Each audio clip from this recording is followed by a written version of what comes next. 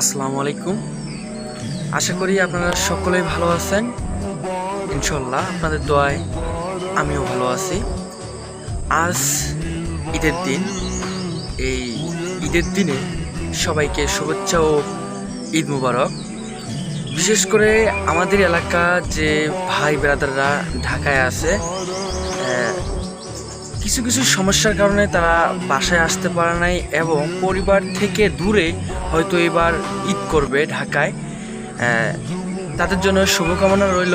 তারাও যেন আমাদের থেকে আরও সুন্দর করে এই ঈদের আজহা অর্থাৎ আজকে যে ঈদটা, সেই ঈদটা উদযাপন করতে পারে। তাদের জন্য দোয়া থাকবে। আর বিশেষ করে যারা আমাদের সাথে প্রত্যেকটা বার আমাদের এলাকায়, আমাদের গ্রাম এলাকায় ঈদ করে, তারা এবার আমাদের গ্রাম থেকে অনেক দূরে কোথাও না কোথাও ঈদ করবে।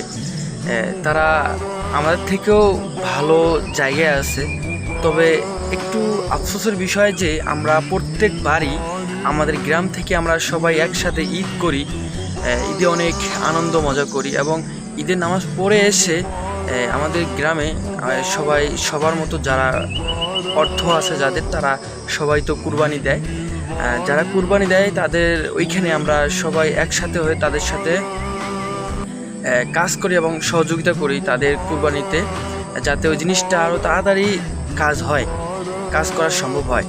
তো যারা আমাদের এলাকা থেকে, আমাদের এলাকার যে ভাই ব্রাদাররা আছে, আমরা প্রত্যেকবারে ঈদ একসাথে করি। তারা যারা ঈদের নামাজটা এবার ঢাকায় বা অন্য কোনো জায়গায় আমাদের গ্রাম থেকে আলাদাভাবে নামাজ পড়বে জামাতের সহকারে, তাদের জন্য শুভকামনা রইল। তাদের জন্য ঈদ মুবারক। তো আপনারা সকলে ভালো থাকবেন, সুস্থ থাকবেন। আল্লাহ হাফেজ।